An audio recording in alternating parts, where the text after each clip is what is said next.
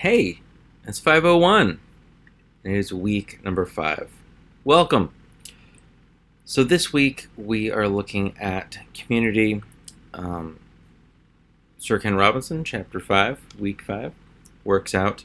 There are two-page little mini chapters in the Brumbaugh book looking at Google Maps. And right below that is a video looking at Common Core. Let's Chat Core is the title of it.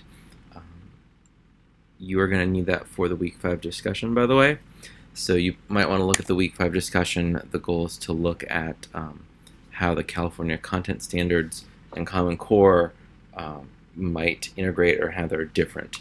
So as you watch the video, have that be kind of your lens. That's the Week 5 discussion. Don't forget, initial posts by Thursday before midnight, 2 thoughtful replies to your peers before Sunday at midnight. There is a collaborative exercise this week. You have groups both pasted into the Week 5 part where it says collaborative exercise, obviously, and then also in the groups section over in the left sidebar. You will see it there. You are going to be in groups assigned to you, and you're going to collaboratively design a lesson. You can do a unit if you want. Lesson's probably going to be easier. Looking at a Common Core standard, integrating technology. Yeah, it's good stuff. If you don't know where to start, take a look at some of those tweets, get some ideas. A lot of you shared last week a lot of Catlin Tucker's resources on blended learning. Feel free to use that as a springboard. If you've not jumped into Flipgrid, this could be a good moment to jump into that. Feel free to come up with a lesson plan, connect with Flipgrid, particularly if you don't know what that is and you want an excuse to dive deeper into it. You do have an assignment due at the end of the week, the infographic. So the goal, it's going to build on your research paper. So you talked about what 21st century learning can be. You're going to make an infographic looking at the conditions for applying technology to a 21st century learning need.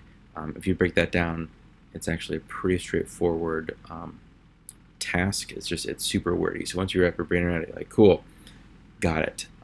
It's meant to basically like give you action items based on what you wrote in your research paper from last week. There's a whole bunch of ways you can create this infographic. Piktochart, which is linked in the directions Google Doc, continues to be my favorite. The free version of that is fantastic. Just be sure that you are downloading that and uploading the PDF or those images. Whatever you happen to be using, please do not link to it. It needs to actually be uploaded into Blackboard. So please do not forget that step.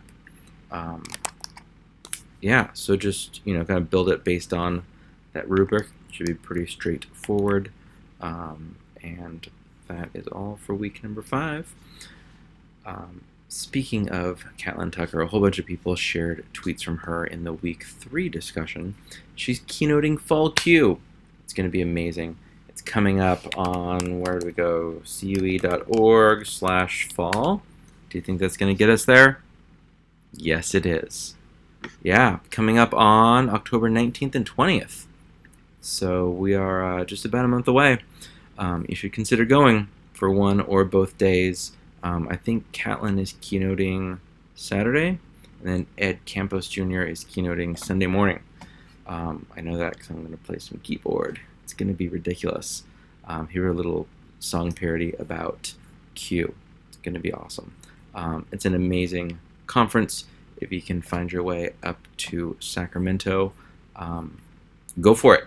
Not a requirement in the slightest, but a lot of the people you guys have been sharing resources from are going to be there. I will be there. It'd be fun to see you in person.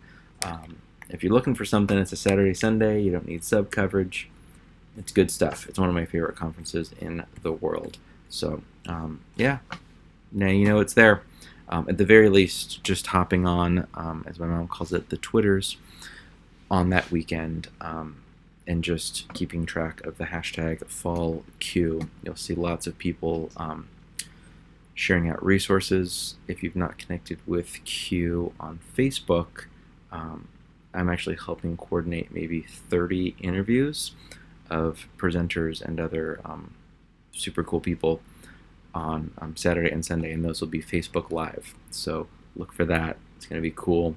I'll be doing some of those interviews also. So if you can't get it up to Sacramento for the conference, then blocking out a little bit of that time, following along on the hashtag, engaging with some people in the sessions. Some people also do something called, what do they call it? Periscope EDU, I think, and the hashtag's usually past the scope, where most of their sessions they're live streaming using an app called Periscope, which is connected with Twitter. So you'll see who's live on Twitter, who is also using the hashtag FallQ. So you actually, you don't get to hang out with people, but being able to actually like be in some sessions, hear some interviews with some people. Q should be also live streaming both keynotes. So if you have any time that you want to block out on that Saturday or Sunday, we're a month out, so you should have a little bit of flexibility. It's going to be good. Let me know if you go, and if not, then I guess we'll just leave it as happy week 5, everybody.